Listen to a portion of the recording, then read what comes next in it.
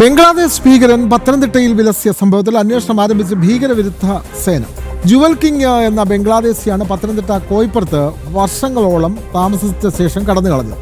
അനധികൃതമായി എത്തുന്ന ബംഗ്ലാദേശികൾക്ക് Aadhaar, voter ID, ration card ഉൾപ്പെടെയുള്ള വ്യാജരേഖകൾ നിർമ്മിക്കുന്ന ലോബി കേരളത്തിൽ തന്നെ പ്രവർത്തിക്കുന്നുവെന്നും ഭീകരവിരുദ്ധ സേന കണ്ടെത്തി.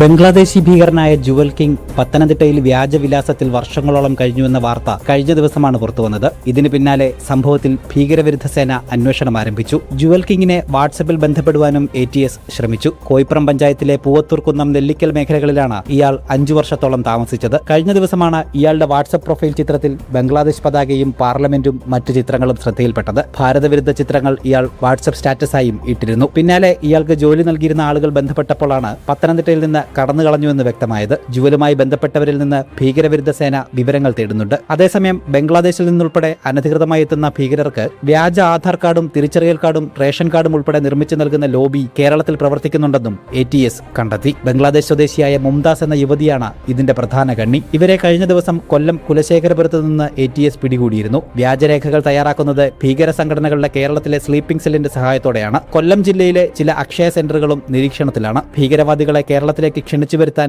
വലിയ സംഘം പ്രവർത്തിക്കുന്നതായും ATS കണ്ടെത്തിയിട്ടുണ്ട്. ജനം, പത്തനംതിട്ട.